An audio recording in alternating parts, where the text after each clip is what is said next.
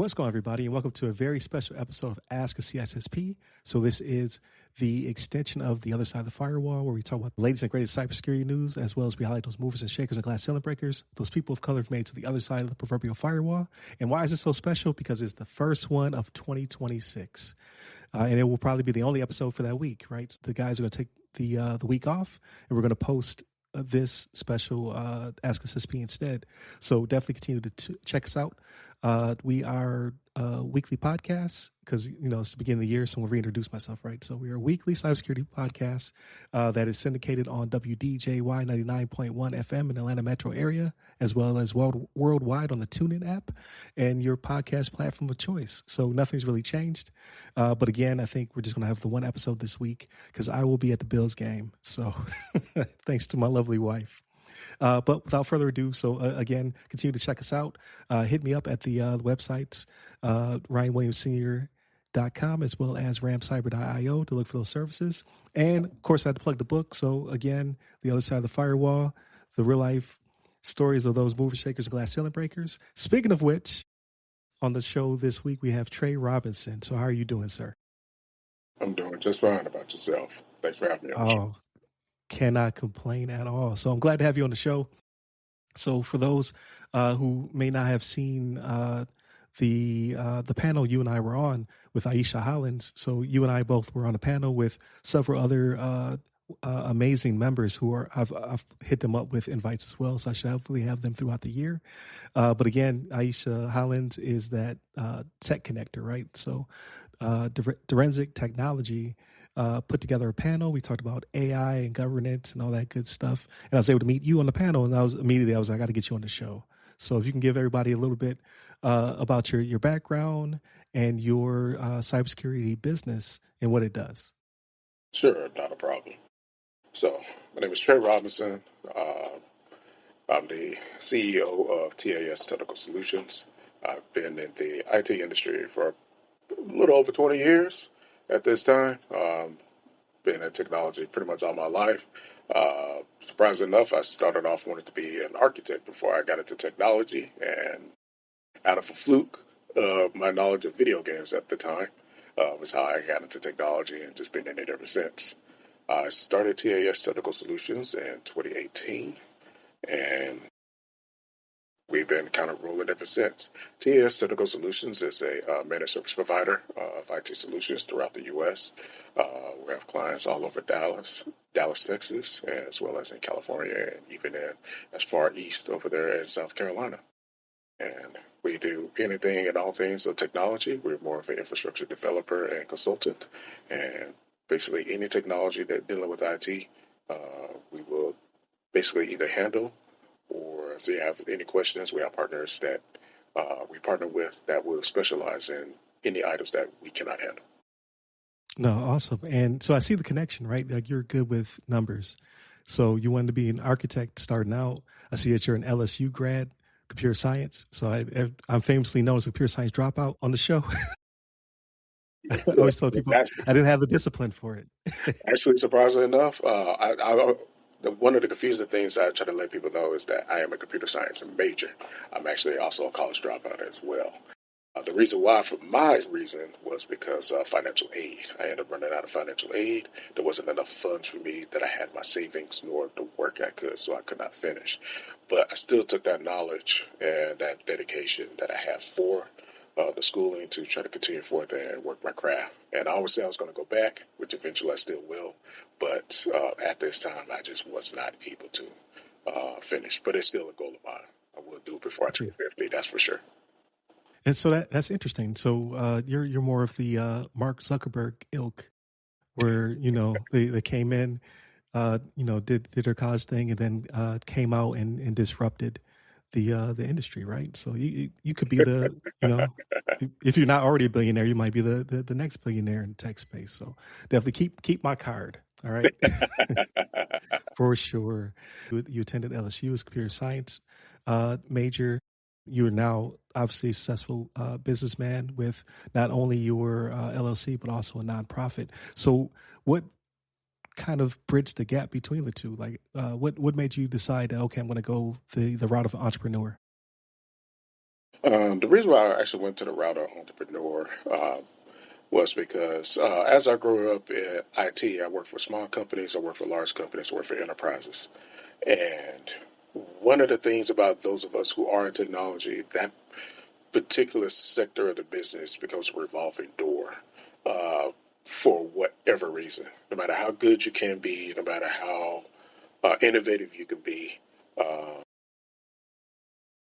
thing that I recognize is going to be one or two things that make or break a company when it comes to anything technology. And mind you, technology is everywhere. And it's either going to be ego or money. So, in the midst of all that, I just kind of got tired of the rigmarole.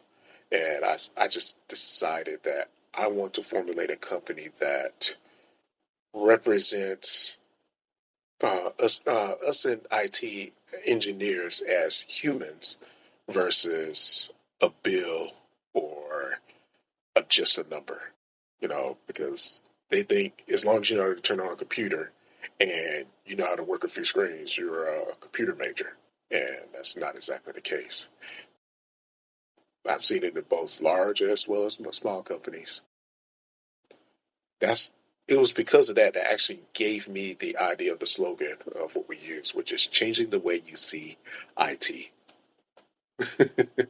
That's a great slogan. And it's also a great endeavor to try to humanize what is progressively becoming less human every day, right?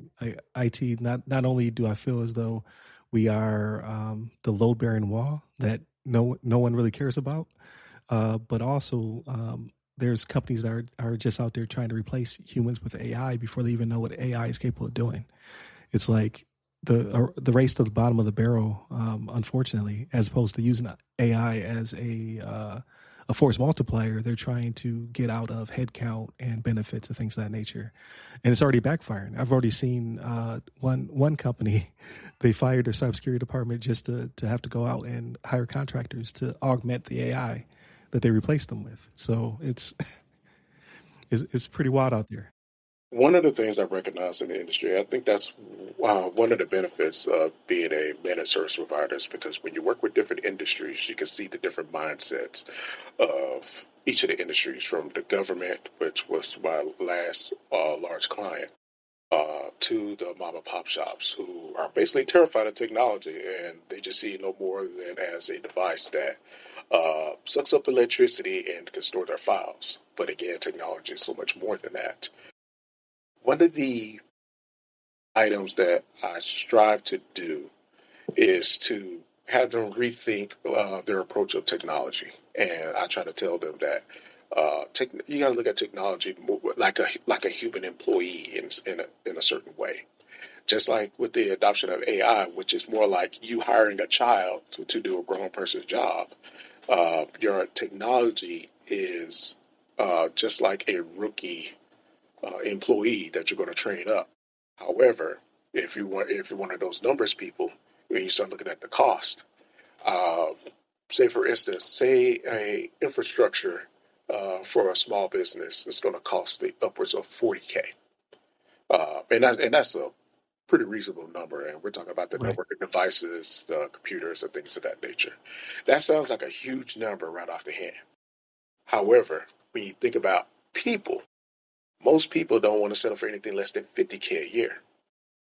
And with technology, if you spent 40K on this technology, and we're not even talking about even the upfront cost, you can actually spread that over time. And most technology can last over 5 years. So 40K at 5 years, you are basically looking at anything about $8,000 a year. You are not going to get an employee for no $8,000 a year, but yet that is the hardest working technology. That's the hardest working employee that you're going to have because it's going to be working 24/7. It's always going to be running, and just like humans, if you reboot your computer, it's just like them taking a nap or a power nap or something like that, like a human taking a power nap. You know, the humans need rest, computers need rest, and things of that nature. But they're going to keep going to the one day that employee is going to get replaced because as technology advances, you're going to have to upgrade and things of that nature. And that's just the nature of the game of any business. But Again, when you look at the long-term investment of that, $8,000 a year for a hardworking employee that will literally work 24/7 versus a human, that's you got to change your mindset and how you take care of your products as well. No, that is an interesting perspective. Like I didn't really think about that. So it kind of bleeds into. I had a conversation with Ahmed Austin. He's Sci3 is his LLC. He also posed a question that was pretty interesting to me when it came to thinking of AI agents. So he would ask the question like, how many employees do you have? And then, the answer would be, we're a team of 10 or 15 or 20 or whatever the scale is. And then he said, well, how many of those are human? And then it kind of makes you start to process like, okay, wait a minute, I do have, or I may have AI agents and things of that nature that are also out there doing work, getting spun up, spun down, so how many, actual employees do I have?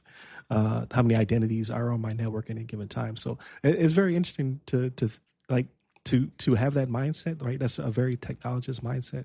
So it always, whenever I hear things like that, I'm like, yeah, that's definitely something to think about. Also, I'm not an MSP, right? So I'm not thinking at scale like you are, right? I'm more in the consulting realm, things of that nature. Absolutely. So did you start in the consulting arena first, or what was your journey to scale to being an MSP? The reason why I scaled to become a managed service provider versus just a main technology consultant was simply because there's so many different industries that need the help as well as the education behind it. And one of the things that I do like to pride myself on is training up on the information for individuals of what technology is. And I'm actually going to go ahead and point out to AI. As of right now, AI has been the buzzword all of 2025. One of the things about AI is that it has to learn. It's called artificial intelligence for a reason because it has to learn what your business is about. But people expect that when they get a product, it's going to work right off the bat. And unfortunately, it will work the basic functions right off the bat. But like a regular employee, it has to learn the intricacies of what your business is. And it's going to make some mistakes until it gets it right. And then that also means that you're going to need a human touch to ensure that it also remains healthy. We are basically the doctors of technology. We make sure we keep it healthy. And that's just like the mechanics are the doctors of your car. They make sure that your car is healthy. It's going to do what it needs to do. It's going to work hard for you. But just like how owners have to take care of their employees, owners have to take care of their technology. It has the exact same concept, just in a different form. I've had some exposure outside of the DoD now that I'm on Getting the civilian civilian. side. You're right. So, I was always joke with Shannon on the podcast because we always talk about how we didn't know how good we had it on the defense side because you must do, right? So these things, regardless of if it takes you 4 hours or 400 hours, your paid salary, you're under contract, you must do. And then when you come out to the civilian sector, you learn that there's a balance there. Like we can only do what we can with the budget, and we have to make sure we check specific boxes and then try to exceed those on, after we've met our thresholds. So when it comes to, again, those different industries, like working with a fintech versus working with an early education company or working with a healthcare company, they all have different regulations and of course, different needs for compliance, but they also have different baselines and thresholds when it comes to how much budget can they spend, right? The hospital is going to most likely spend that money on equipment and personnel, right? Doctors and nurses and clinicians in general are pretty expensive. So we were seeing a lot of more rural hospitals and things of that nature just are not up to snuff because of it. So I would be interested to know kind of where you're seeing pain points when it comes to being an MSP, working with different industries. You pretty much hit the nail on the head. It kind of boils down to the budget because people are looking at that ROI or that rate of return or when it comes to technology. And And we consider ourselves a nonprofit specialist because nonprofits are probably the most underfunded businesses that are out there. And unfortunately, technology is a necessary tool that is needed for all industries, regardless of what business that you have. My business specializes in ensuring that you get what you need most within the constraints of your budget at that time. And we also speak with leadership, CFOs, or if you're a much larger company, how to budget that and stretch it over time to get to the place where they need. And I try to create anywhere between a 12-month to 36-month plan at minimum of, okay, by this particular time, we should be at this point based upon what we're trying to do with the amount of budget that we have and the amount of time that we have. Budget, time, and effort all come into play when raising up technology and get people into their particular compliance for that particular industry. Nonprofits, mom and pop shops are hurt the hardest, but it's not as painful as they think it is if they get a chance to sit down and listen to proper consultants that are familiar with their industry and get them to understand the importance and how to invest properly, which is another reason that as a MSP that we are partnering with these particular companies to help them understand, like, hey, we're not here to be a bill, but we're trying to be a partner and an asset to you because you're going to be an asset to us. And Right. this is where we're going to work in tandem. And that's what keeps the humanity side of technology when we engage individuals and leadership in that particular format. And I'm not one of those leaders that's afraid to get their hands dirty. I'll get down and dirty with them. In fact, I feel like I'm like the the former CEO of Honda, where I'm more of an engineer than a CEO. But Gotcha. but I do want to ensure that when leadership is speaking with my company, that they know who leadership is, and we're going to go from there.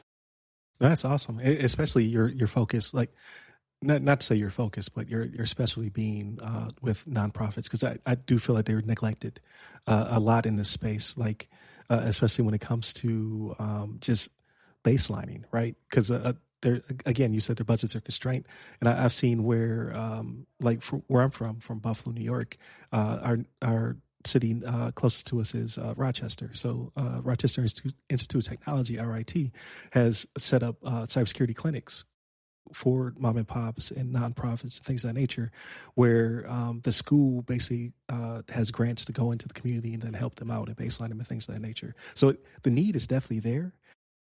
It's just there's not a lot of people filling that void, and it's good to see companies such as yours taking the time to help. Because again, I always pitch it here on the show. Cybersecurity is national security. Whether you're a mom and pop or a small to mid-sized business, like we're all in the same fight to keep our clients, our customers, information safe and secure, because ultimately it can hurt citizens at scale. So no, that's awesome. Information is gold, and whether you're a former military or security, secret service, or anything like that, information is gold. In fact, information is what gets you the green or the gold, as you can say. And that kind of ties into some of the other smaller sections of my nonprofit that when we get to that particular portion, I'll explain on that as well. No, definitely. And I want to definitely switch gears to your nonprofit and how important it is. But before we do that, are there any current initiatives or upcoming initiatives that people should know about your MSP? Again, we've become syndicated, so we're a little bit more out there. So maybe somebody in Georgia might need your services or be inspired to reach out to you because you have a certain initiative that they can, connect with or partner with. At this time, the only initiative I have right now is only going to be local at this time in the state of Texas, which is to get other struggling industries such as our education and as well as our local government kind of get up to snuff. I'm also going to be going to a couple of conventions with nonprofits with my own nonprofit to also let them know that hey, that there is help right around the corner and local. Because the other thing again, when it comes to technology, is that when you're dealing with individuals, people want to see faces. And when they know they have local help, it kind of gives them more ease that someone can actually go there in person and they can see who's actually working instead of a ghost. Because you never know who's doing what, and people just see a mouse moving on there. And let's be real, it actually freaks out a lot of people, especially those in our older generation, because they're just like, what the heck is this? Like, how are you over there in India and you're talking, and you're messing with my machine? That's crazy. But when they're able to see an individual from face to face, it just lets them know there's more at ease. And then on top of that, myself as well as other employees, we also speak perfect English, which also I know it sounds crazy, but depending on the country that you're in, speaking the native language is also something that makes people feel much more at ease. One company that I used to work with, which was Cobham Ltd., they're the ones that actually helped create the foundation of how I wanted my company to run for T.A.S. And they ensured that within each region, they had specialists that were native to that language. So whether it's any tickets, because they were an international company, they were aerospace and defense companies similar to Raytheon, L3, and General Dynamics. And but it was a wonderful company to work for. But I like how they approached everything. So if you're in France, they make sure they have French speakers or people that knew French dealing with that technology, because speaking with somebody that's familiar with the native language is just helpful. And I also want to be able to provide that for my local constituents as well as across the U.S. as well. No, absolutely. And yeah, I can definitely see how that can, ease some friction points when it comes to nuance. Like your company sounds awesome. I, I definitely want to dig more into it and what you're specifically doing, because I don't talk to too many MSPs. Like I talk to a lot of entrepreneurs and CEOs from a large swath of different companies, but a lot of them are not in the MSP space, or they're no longer in the MSP space, or they've gone into the MSSP space. So I know there's some nuance there as well. So, but I know we only have so much time, so I definitely have to have you back on the show to dig a little bit deeper, because I tell everybody it's no secret. Like a lot of these questions I ask are for the audience to educate them, but I'm just like, my wheels are turning as well. I'm like, how can I do this? How can I bridge this gap? So it's always good to have these conversations. But I do want to pivot into your nonprofit and how important that is as well. So if you could kind of introduce that and what made you decide to go that route when it comes to mental health, and how do you find the time to juggle both your MSP and your nonprofit and everything else that you're probably doing in the community? Well, yeah, learning time management is a very important thing when it comes to being a business owner. If you want to become an entrepreneur, 3 skill sets are essential, which is learning how to budget, time manage, and public speaking, because you're going to be speaking a lot. So you got to, actually, presentation, not really public speaking, but presentation. You got to present um, to whatever audience that you're trying to go to. Now, when it came to the men's corner kind of came by accident, honestly. Uh, it started off with me being a single dad for the first 10 years of my child's life. And when I finally got married, he's lost a lot of nuances that were missing in his life, because while I have a certain skill set, there were still some missing items that a two-parent household can have. And when that child is missing kind of like the other half, there's certain things that he missed. His is social skills, because his dad is not going to be out there, was socializing at the time, because all I knew at the time was to grind. And Gotcha. and All he knew what his dad do is that he works, he comes home, he does what he needs to do, and then repeats the cycle. And sometimes he plays with me. So I'm all that he knew. And as he was getting older, and I was recognizing that, he was awkward around other kids and things of that nature, and I was just like, man, there's got to be a better way, to help him, get more sociable and understand social norms and things of that nature. And that's where somewhere down the line, the men's corner actually gave birth to that. Um, because I've also learned that young men, especially children, whether in single parent households or dual parent households, if you grew up poor as well, there's a lot of mental hurdles that you go through, and that's when I started really thinking that how can I really help my community like I want to help my child, because I don't want to just keep it just in just one circle. And I thought about what was important to me, which was addressing your past, which where counseling was going to come in, and how to prepare for your future, which is where the mentorship came in, and that's what gave birth to the men's corner. We started the men's corner in January of 2022, which is go figure right during the pandemic time. I was gonna say the pandemic times. And and I'm listening to other men, even older than my son, struggling because those who are extroverts need that human interaction, and they were going stir crazy. And it's just like, okay, how can we help that?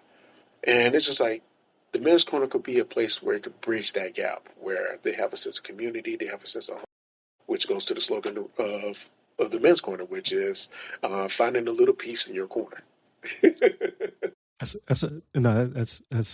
spot on. So when it comes to the environment, so when I think pandemic times, I think it may have started out virtually, and then did it remain virtual, or are you guys in person as well? Like how do you guys meet, and how can people who may be interested in it join? The men's corner, we do meet in person from time to time. Nowhere near as often as I would like. It's usually about once a quarter, only because basically personal work and the work life of other individuals is just really hard, especially with myself as well as the other team members. Um, but we do try to find ways to ensure that we get together, have communications, and continue to form that unity. We either do it through phone calls, which we utilize a phone system that communicates with everybody, worldwide without the restraints of giving out your cell phone, because there's a privacy thing. And we also ensure that any individuals that do come into the men's corner uh, have a good background check, because we do work with minors, because we work with individuals ages 14 on up. And our stopgap is around 40, because usually after 40, most men are going to be hard headed for life, to be honest with you. There are some Right. men There's some that, truth to that. Right. Yeah. You I kind of mean, set in your ways. yeah, I mean, there are some that you can teach old dogs to do tricks. I mean, I would say I'm one of them, but at the same time, but some people are very set, and it just gets really difficult to get them to address certain things, because they know what they know, and that's all they want to know. Versus, this is what else you can know, and that's why I believe it's even more important to get these young men. And the reason why I chose 14, because they're basically at the cusp of the adult age, as a freshman in high school, and they're going to need to know what life is going to be looking like. Where we are versus where they are, there's still a gap, and that's where the volunteers come in, who speak on their behalf, because they can relate closer due to their particular age. And those are some of the things that we try our best to ensure that we all kind of understand the line, because what they did back in the 1970s is not what they did in the 90s, and what we did in the 90s is not what they do in the 2010s, and so Right. forth. There's just some generational gaps that, while there's some functions that are always going to remain true, there's just, you can call them like the Murphy's Law almost, in a way. They're basically a law, because they're just going to be a matter of fact no matter what generation you are. But there are some nuanced changes that one is going to be more privy to than the other. And that's where we all can learn. And the bottom line of that is that for us men, the four areas that I believe that we need the most help in, especially for those that grew up in rural and poor situations, is mental health, which is where counseling and mentorship come in, and finances, which is where we do financial education as well as credit education, because these are areas that are not taught in school nowadays. And even if you do take educational classes on these topics, they don't really give the real life details that we need to actually understand. And that's one of the things that we try to present. There's two other areas that we definitely want to get more developed, which is tutoring, but we need more educators to get involved. And right now, our education system is struggling. I'm going to leave it at that. And then also career workshops, because we got individuals that, like, where people who go to college spend all that money is still not doing anything in that field. And then there's Right. others who don't go to college, but they don't have any direction. And these career workshops can assist with them. Because one of the things I recognize growing up that's still true today is that people are saying, oh, you need something, you need a college degree or you can't have this job. And there are those that get the college degree and they're like, but you don't have any experience. Well, I got the degree. Give me a chance so I can get the experience. And it's always that back and forth of, quite frankly, stupidity. And Yeah, instead of it's giving those just individuals a a logic chance, loop. Yeah, yeah, where those, you never can come out on top. exactly. So I want to introduce career workshops where they can actually work in the industry, get some experience under their belt, so that way they know if that is something that they want to get into and kind of go full on, and then create a pathway for that. It's definitely still a work in progress. There's so many things I still need to learn when it comes to that portion, but it's definitely a passion that I have for it. No, that's a noble cause, especially in our community. Like you said, there's not a lot of support. There's not a lot of people doing it. It's something I could use when I was growing up, right? Growing up in a single household with my mother in public housing, right? Like there was no real outlet like this, right? The internet didn't really exist the way it does now, and there weren't a lot of groups doing education, mentorship, financial literacy didn't exist in my neighborhood. There was more, not to be stereotypical, but there's more check cashing places and And pawn payday stores that loans. were banks. Yeah, like banks didn't really exist until you went further and further out of the inner city. So some of that has changed, and the internet has empowered us much more than it was in the 80s and 90s. But still, to have a group of individuals where you can go to them and talk about your mental health, gain that financial literacy, and then, like you said, you're going to work in towards education and career workshops.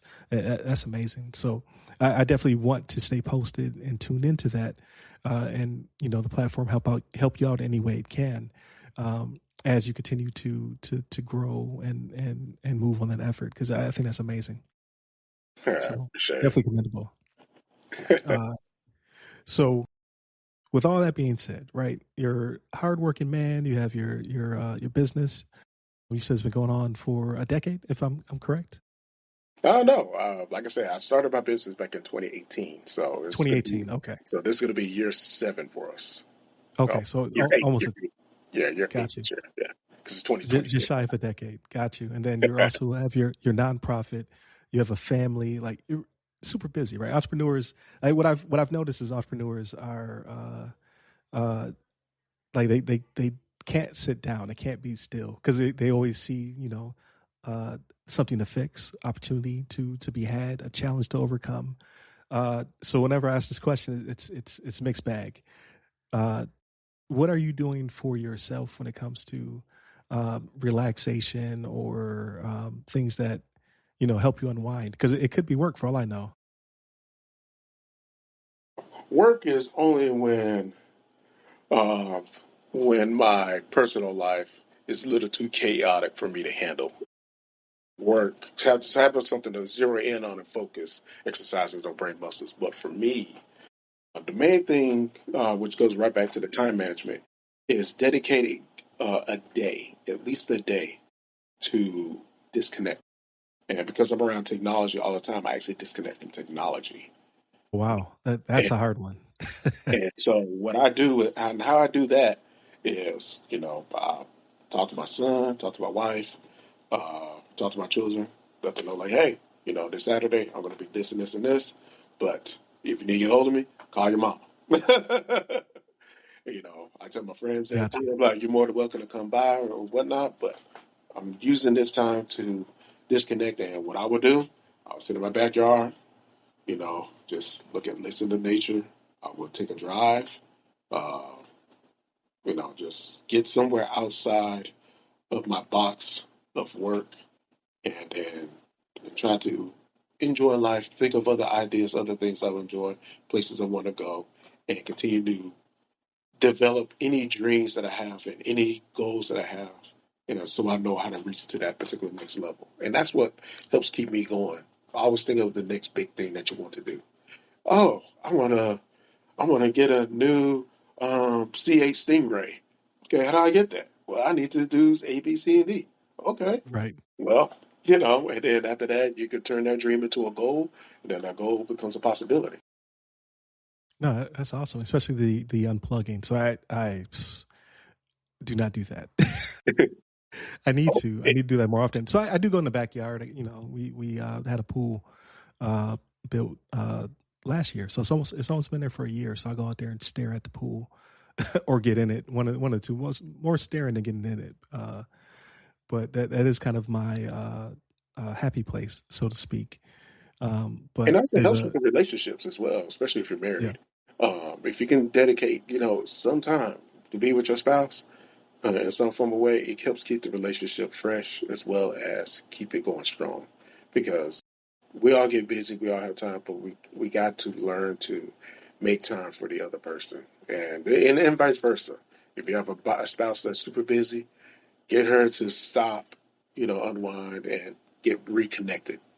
Find ways to find time with each other, to keep things fresh, keep things going. Because one of the things that we also teach in the mentorship programs, like when it comes to relationships, is that in order to keep things connected, you got to make sure you make time for each other properly. And we're not just talking about just, you know, you know, intimacy in that manner. You know, Right. you need to do more than that. To get connected, have them mentally stimulated, get them emotionally stimulated, like cook together, clean together, have a child together. Movies and dinner dates are great, but sometimes we should be able to do more uh, with more simple acts, such as taking a walk together, and then Okay. and then have simple conversations of, okay, babe, I just won $1 million. What are we doing? Type thing, and see how their mindset is going, how their dreams are going, and things of that nature. Because if things change and their ideas have changed and it hasn't been communicated, you won't know until you start spending that time again. And that goes also the same with kids. Try to find a way to have time with your kids. Even though it was a little late for me, I did that with my son in high school. I started to go to the park with him more, at least, ride bikes with them for about an hour or something like that. Try to find time also with your kids. Again, when you're an entrepreneur, time is gold. But if you know how to manage your time, uh, you can dedicate at least something to let them know that the people around you that they're not forgotten. And that's kind of my nuance of all that. That's kind of how I unplug, is to get reconnected with those that I'm close with in some form or fashion, as well as taking time for myself. Because Lord knows I need time for myself. And as an introvert, you know, that me time is even that much more important, which is another difference. If you're an introvert, me time is more important than hanging out with people. While introverts, being more around people is more important than being out themselves. But again, you still got to dedicate something to both to ensure that you remain both mentally and emotionally strong to handle the physical ordeals of the world. That is definitely a word. So you guys came here to hear about Trey Robinson's cyber origin story, but you not only got that, but then you also got a very meaningful talk about what you should be trying to learn and focus and do for yourself and for those that you love. Like deep and profound. We got to do this again. There's so much I've left on the table that we need to talk about. But again, uh, uh, we our time is finite. So I greatly appreciate you joining me on the podcast again. I'm gonna make sure that you or send another invite to bring you back on so we can talk a little bit more detail about both your MSP as well as your nonprofit. It's a good mentoring session, right? I need to hear that as well. Like I checked a lot of those boxes off the list. Don't get me wrong. I try my hardest, but it's always something, right, that you could be doing. It's just like reading the Bible. You can read the same verse, 100 times, but at the same time, you can read that verse, but for some odd reason, it hit different at that time. And then you're just like, oh, never thought about it in this particular brand of using this verse. Okay. And again, I'm not saying, I'm ultra religious, but, that is the Bible I state is a moral rule book. So you don't have to be religious. But if you want to understand good morality, the Bible is a good place to start. Very well said. Yeah. So, hey, it's definitely been a very robust conversation. So please, if you have not already, please share all that good stuff of the podcast so I can continue to have inspirational and amazing guests like Trey Robinson on the show. This year is going to be action packed. I already have 11 guests booked. And that was just off of the first round of invites. So I expect to be booked all year, which is an amazing and humbling experience. Hit up the website, theothersideofthefirewall.com if you want to pick up the guide at a discount, or you can pick it up anywhere books are sold. Hit me up personally. I'm at Rai Security Guy on LinkedIn and pretty much all the social media platforms. You can go to ramcyber.io if you want to check out our service offerings. And then you can go to ryanwilliamssenior.com if you want to check out all of my projects, speaking and the book as well. So I'm trying to hopefully book a couple of speaking sessions this year. And then, Trey, where can they find you if they're trying to get in contact with you? All right. Well, to find us with T.A.S. Technical Solutions, you can find us at www.tas-technical.com. Or for those young men that are in the Texas area, because we are definitely limited, at the Men's Corner, you can find us at www.themenscorner.org. There it is. Stay safe, stay secure, and Happy New Year. Happy New Year.